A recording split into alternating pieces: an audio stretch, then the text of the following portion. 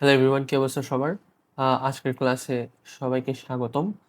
আজকে আমরা যে টপিকটা পড়ব তা হচ্ছে ইন্টারমিডিয়েট লেভেলের চতুর্থ চ্যাপ্টারের চতুর্থ চ্যাপ্টার শ্বসন ও শ্বাসক্রিয়া। এই চ্যাপ্টারটার যে ফুসফুস টপিকটা আছে এই টপিকটা আমরা পড়ব। এই টপিক থেকে এইচএসসি এবং অ্যাডমিশনে অনেক ধরনের প্রশ্ন আসতে পারে। যেমন ধরো, তোমার অ্যাডমিশন টেস্টে কিরকম প্রশ্ন আসবে? অ্যাডমিশন টেস্টে প্রশ্ন আসতে পারে ফুসফুসের কাজ কি, বা ফুসফুস ফুসফুসের কাজ নিয়ে আসতে পারে, বা ফুসফুসের বিভিন্ন গঠন বর্ণনা নিয়েও আসতে পারে। আর যদি বলি আমরা ইন্টারমিডিয়েট লেভেলের যদি কথা বলি, তখন এইচএসসিতে আসবে, এইচএসসিতে তোমার ঘয়ে আসতে পারে যে ফুসফুস, এইচএসসিতে ঘয়ে আসতে পারে ফুসফুস কিভাবে কাজ করে, এবং ফুসফুসের গঠন নিয়ে আসতে পারে। এভাবেই আসতে পারে আসলে প্রশ্নগুলো। তাহলে আমরা এই টপিকটা আজকে এমনভাবে পড়বো, এই টপিকে আর কোনো প্রবলেম থাকবে না। আমি তোমাদের সাথে আছি তানভীর আহমদ চৌধুরী। পুরোটা ক্লাস জুড়ে থাকবো ইনশাল্লাহ। আজকে এই ক্লাস করার পর তোমাদের আশা করি আর কোনো প্রবলেম থাকবে না। তাহলে এখানে আমরা একটা ফুসফুসের চিত্র দেখতে পাচ্ছি। আর তাহলে দেখো, এটা হচ্ছে একটা আমাদের যে ষড়যন্ত্রর অংশ। এটি হচ্ছে আমাদের উপরের যে অংশটা দেখতে পাচ্ছ, তা হচ্ছে ষড়যন্ত্রের অংশ। এই অংশটা হচ্ছে আমাদের একটি ষড়যন্ত্র। এবং তারপরে এই জায়গাটা হচ্ছে ট্রাকিয়া। ট্রাকিয়া হচ্ছে এই ট্রাকিয়া, এই জায়গাটা আমরা দেখলাম, এবং কিছু তরুণাস্থি। তারপর আমাদের দুইটি ফুসফুস এখানে দেখা যাচ্ছে। এটি হচ্ছে আমাদের ডান ফুসফুস, এবং তার পরবর্তীতে এটি হচ্ছে বাম ফুসফুস। তারপরে এখন এই যে ট্রাকিয়েটা এখানে আসলো, ট্রাকিয়েটা হচ্ছে তোমার দুইটি অংশে ভাগ হলো। এইটি হচ্ছে প্রাইমারি ব্রঙ্কাস, এটি হচ্ছে প্রাইমারি ব্রঙ্কাস।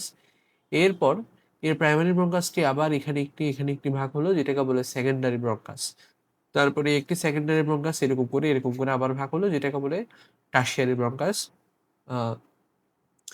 প্রাইমারি ব্রঙ্কাস ফুসফুসে প্রবেশ করছে, সেকেন্ডারি ব্রঙ্কাস যে অংশটা প্রবেশ করে, এবং টারশিয়ারি ব্রঙ্কাস ফুসফুসের আরো একটি অংশ প্রকাশ করে।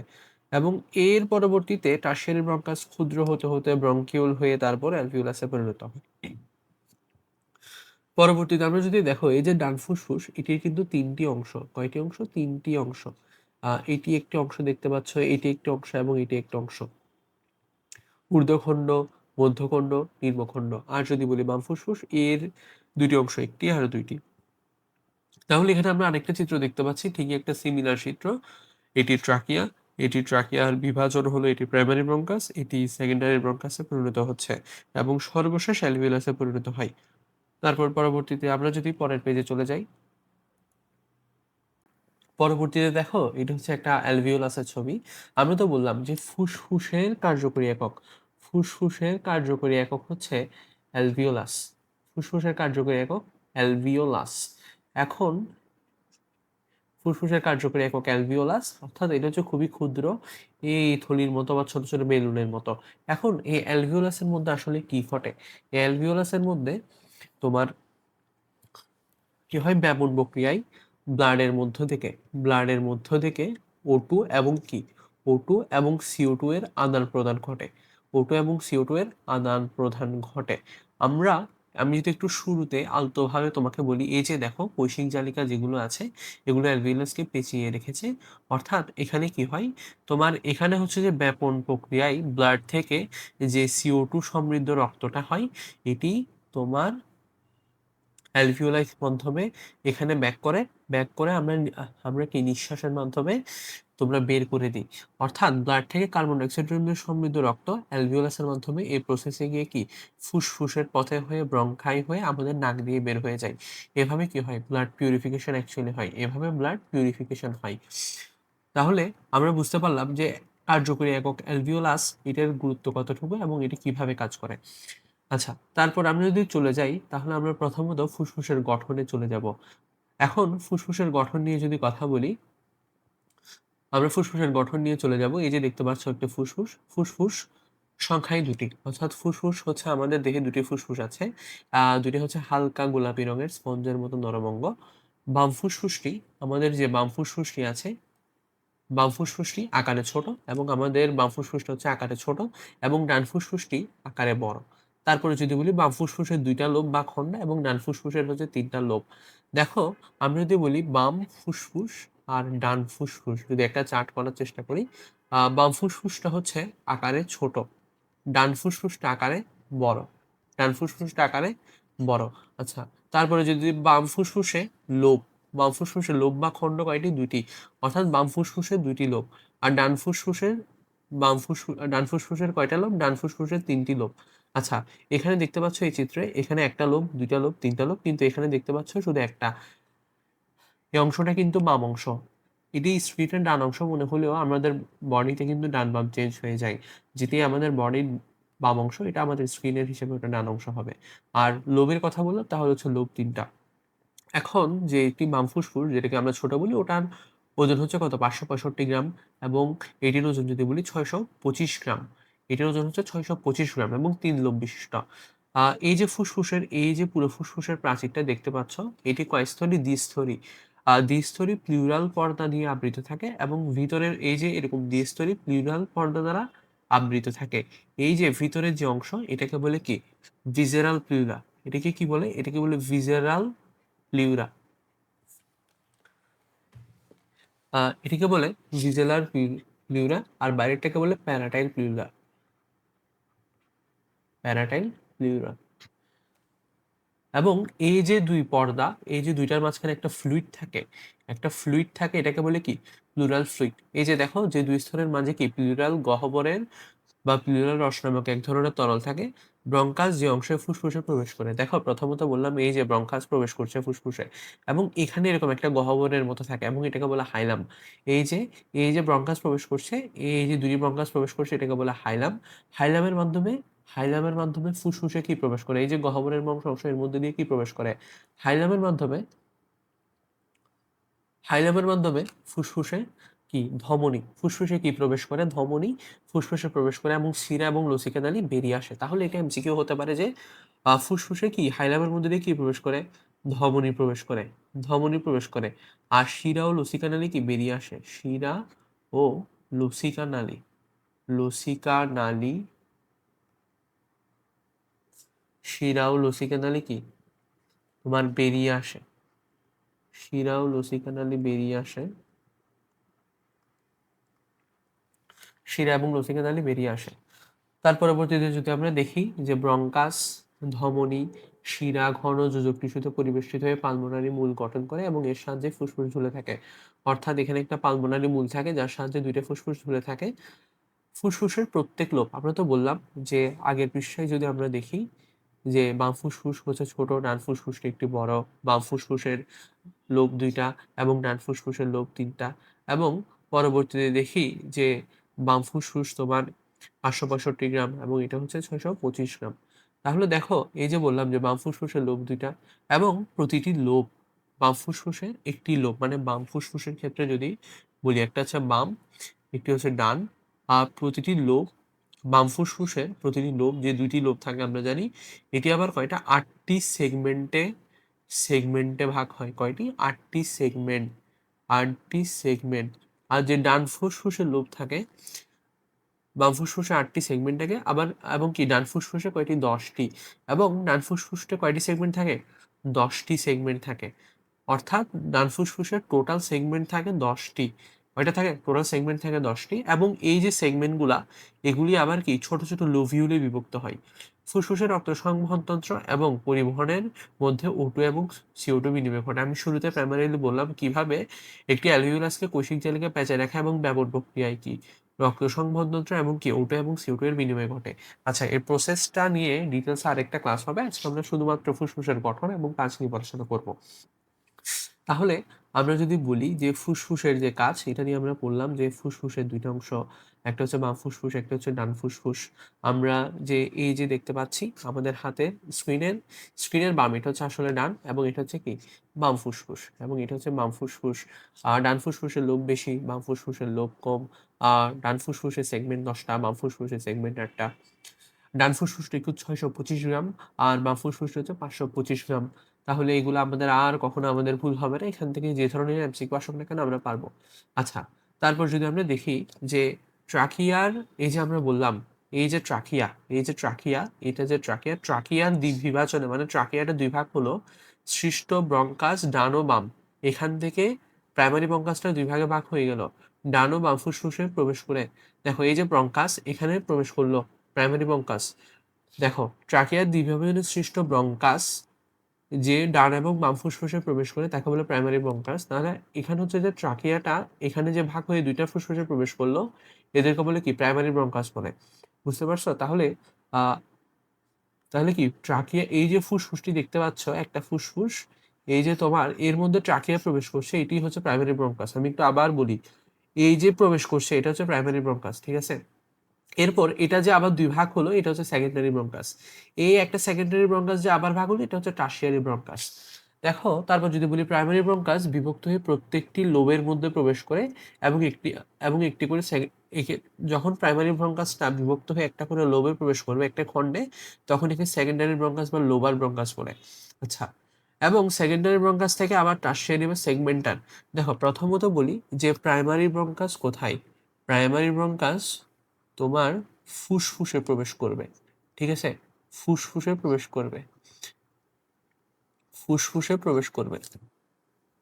তারপর যদি বলি প্রাইমারি ব্রঙ্কাস ফুসফুসে প্রবেশ করবে, তারপর হচ্ছে সেকেন্ডারি ব্রঙ্কাস, সেকেন্ডারি ব্রঙ্কাস তোমার কিসে প্রবেশ করবে? সেকেন্ডারি ব্রঙ্কাস তোমার লোবে প্রবেশ করবে।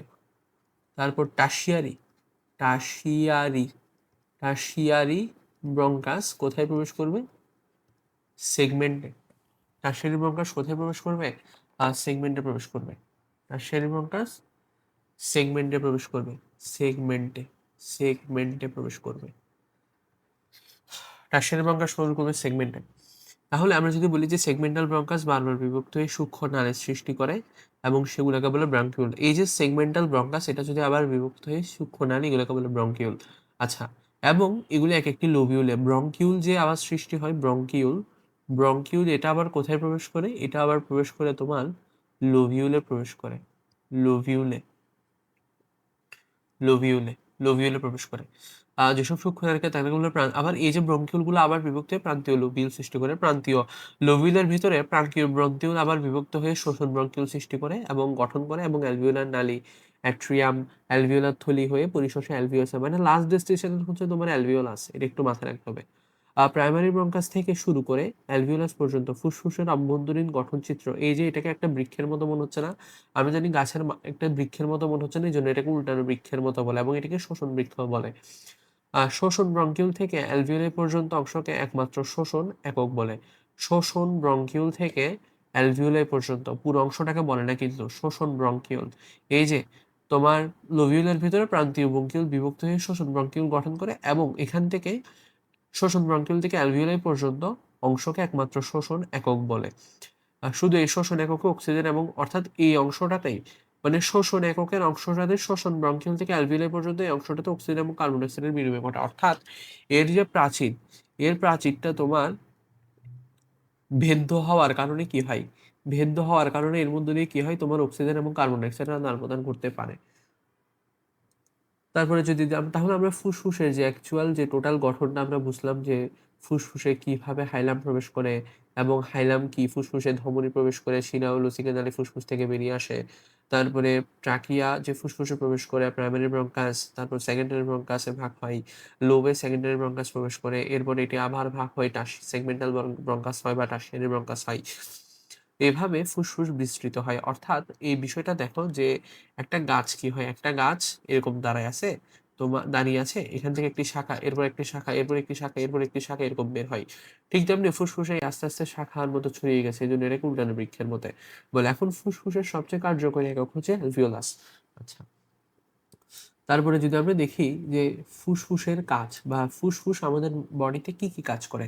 দেখো ফুসফুস হচ্ছে প্রধান শোষণ অঙ্গ। আমাদের প্রধান শোষণ অঙ্গ বলতে আমরা যে শ্বাস প্রশ্বাস নিই, আমরা তো জানি শ্বাস প্রশ্বাস নিই। এখন তোমাদের মনে হতে পারে যে প্রধান শোষণ অঙ্গ জিনিসটা কি। দেখো শোষণ কিন্তু দুই প্রকার, একটি হচ্ছে অন্তঃশোষণ আর একটি হচ্ছে বহিঃশোষণ। অন্তঃশোষণ বলতে বোঝায় যে খাবার থেকে ভেঙে এটিপি বা শক্তি উৎপাদন করে এটি।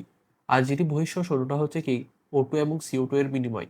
আমরা বডিতে কার্বন ডাইঅক্সাইড রাখতে পারবো না, তো ফুসফুস আমাদের কি হয় যে অক্সিজেন প্রশ্বাসের মাধ্যমে নিই এবং কার্বন ডাইঅক্সাইড বের করে দেই। ফুসফুসে অ্যালভিওলাই ব্যাপন প্রক্রিয়ায় শ্বসন থেকে O2 এবং CO2 এর বিনিময় ঘটে। দেহ থেকে বর্জ্য CO2 নিষ্কাশন করে। এটি দেহের তাপমাত্রা নিয়ন্ত্রণ করে এবং পানি সাম্য রক্ষা এবং শব্দ সৃষ্টিতে অংশগ্রহণ করে। দেখো, শব্দ সৃষ্টি বলতে এই যে শ্বাস-প্রশ্বাসের মাধ্যমে কিছু শব্দ হয়। যেমন শব্দ সৃষ্টি আমাদের ল্যারিংসে হতে পারে বা তরলাস্থিতে। ফুসফুসে বিভিন্ন ধরনের প্রোটিন, লিপিড এবং কার্বোহাইড্রেট সংশ্লেষিত হয়। এটা ভেরি, ভেরি ইম্পোর্টেন্ট। এটা খুবই দরকার যে ফুসফুসে বিভিন্ন ধরনের লিপিড এবং কি কার্বোহাইড্রেট সংশ্লেষিত হয়। এছাড়া এটি কি করে? আ ইমিউনোগ্লোবিন ক্ষরণ করে, এটিও দরকার। এবং ইমিউনোগ্লোবিন ফুসফুসীয় টিস্যু কি করে? সেরোটোনিন এবং হিস্টামিন সংরক্ষণ বিমুক্ত করে। ব্রাডিকারিন এবং প্রোস্টাগ্ল্যান্ডিন সংশ্লেষণ এবং দেহ থেকে অপসারণ করে। আচ্ছা, এখন এগুলার একেকটার একেক কাজ। হিস্টামিন ধরো অ্যালার্জি প্রতিরোধ করে, সেরোটোনিন ধরো তোমার কৈশিক রক্তবাহিকার সংকোচন প্রসারণ নিয়ন্ত্রণ করে। তো এরকম ফুসফুসের টিস্যু সেরোটোনিন এবং হিস্টামিন সংরক্ষণ এবং বিমুক্ত করে। ব্রাডিকারিন প্রোস্টাগ্ল্যান্ডিন সংশ্লেষণ ও দেহ থেকে অপসারণ করে। Alveolar macrophage. আচ্ছা, অ্যালভিওলার ম্যাক্রোফেজ বলতে আমরা জানি যে তোমার মোনোসাইট, মোনোসাইট যখন মোনোসাইট ম্যাক্রোফেজে পরিণত হয়। মোনোসাইট ম্যাক্রোফেজে পরিণত হয়। ম্যাক্রোফেজ হচ্ছে তোমার এমন একটা কি বলবো? তোমার ডিফেন্ডিং সেল যেটা তোমার বডিকে বিভিন্ন রোগ জীবাণুর এগেইনস্ট থেকে রক্ষা করবে, ধ্বংস করবে। এখন এই ম্যাক্রোফেজ কিন্তু আমাদের বিভিন্ন জায়গায় যেমন আমাদের মস্তিষ্কের ম্যাক্রোফেজকে বলা মাইক্রোগ্লিয়া। আ তারপরে যদি বলো তোমার তারপরে যদি বলো তোমার কি ফুসফুসেরটাকে বলে অ্যালভিওলার ম্যাক্রোফেজ, তারপরে ত্বকেরটাকে বলে ধরো ল্যাঙ্গারহ্যান্স কোষ, তারপরে হাড্ডির মধ্যেও আছে, আবার কিছু আছে কাফফার সেলও আছে। তো এরকম ম্যাক্রোফেজ জিনিসটা এক এক জায়গায় এক এক নাম, এবং এটা হচ্ছে ডিফেন্ডিং সেল বলে, এটি হচ্ছে জীবাণু মারবে। এই যে অ্যালভিওলার ম্যাক্রোফেজ কি করবে? এই যে আমরা যে শ্বাস প্রশ্বাসের মাধ্যমে নিয়ে অনেক ডাস্ট ঢুকে বা ধুলাবালি ঢুকে এবং এগুলার মধ্যে তোমার অনেক জীবাণু থাকে, এগুলোকে মারবে। বা তোমার ব্লাডে জীবাণু থাকলে পিউরিফিকেশনের সময় এগুলোকে মারবে। এবং সবচেয়ে বেশি ফুসফুস অম্লক্ষারের ভারসাম্য অবস্থা রক্ষা করে। তাহলে এই কাজের মধ্যে আমরা যদি দেখি কোনগুলা আমরা সহজেই ভুলে যাব। দেখো, ফুসফুস শ্বসনের প্রধান অঙ্গ। তোমার এটি মনে থাকবে। কিন্তু তুমি ভুলে যাবে এটি দেহের তাপমাত্রা নিয়ন্ত্রণ করে। দেহের তাপমাত্রা কিভাবে নিয়ন্ত্রণ করে? আমরা যে শ্বাস-প্রশ্বাস করি এর মাধ্যমে পানি বের করি বা নিঃশ্বাসের মাধ্যমে পানি বের হয় বাষ্প আকারে। এটি হয়। শব্দ সৃষ্টি করে। ফুসফুস প্রোটিন, লিপিড, কার্বোহাইড্রেট সংশ্লেষিত হয়।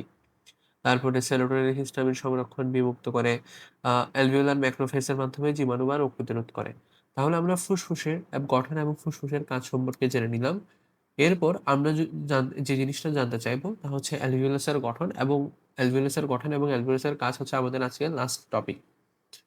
দেখো, অ্যালভিওলাস জিনিসটা হচ্ছে এটা।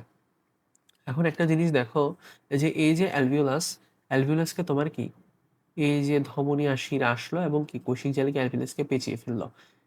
পালমোনারি শিরার শাখা O2 রক্ত সমৃদ্ধ শাখা, আর এটা হচ্ছে কার্বন ডাইঅক্সাইড সমৃদ্ধ রক্ত সমৃদ্ধ শাখা। অর্থাৎ ব্লাড থেকে কার্বন ডাইঅক্সাইড সমৃদ্ধ রক্ত এটার মধ্য দিয়ে বডিতে চলে যাচ্ছে, আবার ব্লাডের মধ্যে O2 সমৃদ্ধ রক্ত ইনজেক্ট হচ্ছে, এবং এটি হচ্ছে ব্যাপন প্রসেসের মাধ্যমে হয়। এটি কোন প্রসেসের মাধ্যমে হয়? ব্যাপন প্রসেসের মাধ্যমে এই কাজটা হয়। অর্থাৎ অ্যালভিওলাস অনেক আমাদের বডির জন্য অনেক বেশি গুরুত্বপূর্ণ। এখন অ্যালভিওলাসের গঠন নিয়ে কথা বলি। অ্যালভিওলাস হচ্ছে ফুসফুসের গঠন এবং কার্যকরী একক। এগুলো আঙ্গুলের থোকার মতো গুচ্ছবদ্ধ, অতি ক্ষুদ্র বুদবুদ সদৃশ বায়ুতুলী ঘ্যাস বিনিময়ের তল, অর্থাৎ এখানে গ্যাসের বিনিময় হয়। আচ্ছা, এটা একটু ইম্পর্টেন্ট। নবজাতকের দেহে মাত্র 20 মিলিয়ন অ্যালভিওলাই থাকে, আর 8 বছরে থাকে 300 মিলিয়ন, পূর্ণবয়স্ক পুরুষে দুটি ফুসফুসে থাকে 480 মিলিয়ন। আচ্ছা, এবং এগুলো প্রায় 11,800 বর্গ সেন্টিমিটার শোষকতল সৃষ্টি করে। আমি যেগুলো মার্ক করছি এগুলো ইম্পর্টেন্ট। অ্যালভিওলার সংখ্যা ফুসফুসের আকারের উপর নির্ভরশীল। অর্থাৎ ফুসফুসের আকার বলা হলে অ্যালভিওলাই কম বেশি হবে। অ্যালভিওলার ব্যাস 2 মিলিমিটার, কম ইম্পর্টেন্ট। মাইক্রোমিটার, এটাও কম ইম্পর্টেন্ট। এদিকেও দেখতে পারো ব্যাসটা, খুব প্রাচীন মাত্র দরকার নাই। অ্যালভিওলার ব্যাসটা দেখতে পারো। বাইরের দিকে প্রচুর কোষিক জালিকা নির্ভরভাবে থাকে। পালমোনারি ধমনী থেকে এগুলো উৎপন্ন হয়। জেনারেলি আমরা যে জানি তোমার আমাদের যে কৈশিক জালিকা আছে, কৈশিক জালিকা এগুলো কি ধমনী থেকে উৎপন্ন হয় এবং শেষ হয় শিরায় গিয়ে, রাইট? এবং এগুলো শেষ হয় শিরায় গিয়ে। তবে ফুসফুসীয় ধমনী যেটি আছে, ফুসফুসীয় ধমনী এটি কিন্তু কি তোমার কার্বন ডাইঅক্সাইড সমৃদ্ধ রক্ত প্রবাহ করে। এটি অন্যান্য। ধমনীর মতো অক্সিজেন সমৃদ্ধ রক্ত প্রবাহ করে না। অর্থাৎ অ্যালভিওলাই হচ্ছে পালমোনারি ধমনী থেকে এগুলো উৎপত্তি হয়ে কৈশিক জালিকা পালমোনারি শিরা গঠন করে। প্রত্যেক অ্যালভিওলাসের প্রাচীর অত্যন্ত পাতলা এবং এটি খুবই ইম্পর্টেন্ট। অ্যালভিওলাসের প্রাচীর কি দিয়ে তৈরি? এটি চাপা স্কোয়ামাস এপিথেলিয়াল কোষে গঠিত হওয়ায় সহজেই ঘেঁষের ব্যাপন ঘটতে পারে। অ্যালভিওলাসের প্রাচীরে কি থাকে? অ্যালভিওলাসের প্রাচীরে এই যে একটু আগে বললাম, অ্যালভিওলাসের প্রাচীরে ফ্যাগোসাইটিক অ্যালভিওলার ম্যাক্রোফেজ ধারণ করে। অ্যালভিওলাসের প্রাচীর তোমার ফ্যাগোসাইটিক অ্যালভিওলার ম্যাক্রোফেজ ধারণ করে। এই যে ম্যাক্রোফেজ কি করে বললাম, একটা ডিফেন্ডিং সেল তোমার রোগ জীবাণুকে ধ্বংস করে এবং এটি মেরে ফেলে। ম্যাক্রোফেজ অণুজীব এবং অন্যান্য বহিরাগত কণাকে ধ্বংস করে। তাছাড়া প্রাচীরে কোলাজেন এবং স্থিতিস্থাপক তন্তু থাকে। এই তন্তুর কারণে প্রশ্বাসের সময় অ্যালভিওলাস সহজেই প্রসারিত হতে পারে, আবার পূর্বাবস্থায় ফিরে যেতে পারে। আচ্ছা, অ্যালভিওলাসের প্রাচীরে দু ধরনের আবরণী কোষ থাকে। কয় ধরনের আবরণী কোষ থাকে? দুই ধরনের। একটা হচ্ছে টাইপ 1 আবরণী কোষ, একটা হচ্ছে টাইপ 2 আবরণী কোষ। টাইপ 2 কোষের প্রাচীরের ভেতরের দিকে সারফেক্টেন্ট নামক ডিটারজেন্ট পদার্থ অনুরূপ ডিটারজেন্টের অনুরূপ ফসফোলিপিড পদার্থ থাকে, যেটি রাসায়নিক পদার্থ নিঃসরণ করে। সারফেক্টেন্ট অ্যালভিওলাসের তরল পৃষ্ঠটান থেকে রক্ষা করে। তাহলে আমরা যদি বলি, দেখো এটা হচ্ছে অ্যালভিওলাসের প্রাচীর, রাইট?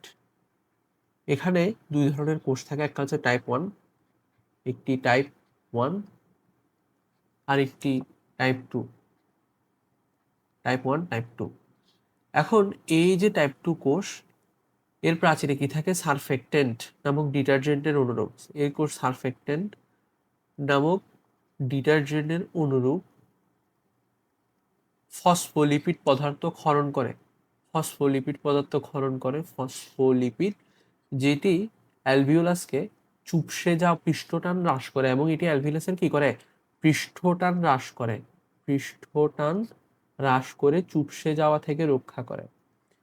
চুপসে যাওয়া তো বুঝে, আমরা দেখেছি যে তোমার বেলুনে যখন একটি ফোলা বেলুনকে বাতাসে ফোলানো হয়, এরপর যখন বেলুনটাকে তোমার কি ছিদ্র করে দেওয়া হয়, সব বাতাস বেরিয়ে যায় এবং এটি নেতিয়ে যায় এবং এটাকে বলে চুপসে যাওয়া।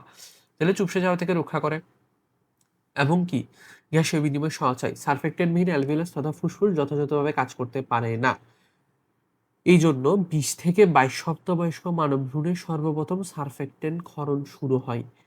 এ কারণে 24 সপ্তাহের আগে মানব ভ্রূণকে স্বাধীন অস্তিত্বের গণ্য হয় না। এটি একটু ভেরি ইম্পর্টেন্ট যে 20 থেকে 22 সপ্তাহ পর্যন্ত মানব ভ্রূণে কি সর্বপ্রথম সারফেক্টেন্ট ক্ষরণ শুরু হয় এবং 24 সপ্তাহের আগে মানব ভ্রূণকে স্বাধীন অস্তিত্বের আগে গণ্য করা হয় না। অনেক জায়গায় গর্ভপাতের অনুমতি দেওয়া হয়। এখন সারফেক্টেন্টকে অনেক বেশি ইম্পর্টেন্স দেওয়া হয়েছে কেন? যে সারফেক্টেন্ট যদি না থাকে, ফুসফুসের অ্যালভিওলাস প্রপারলি কাজ করতে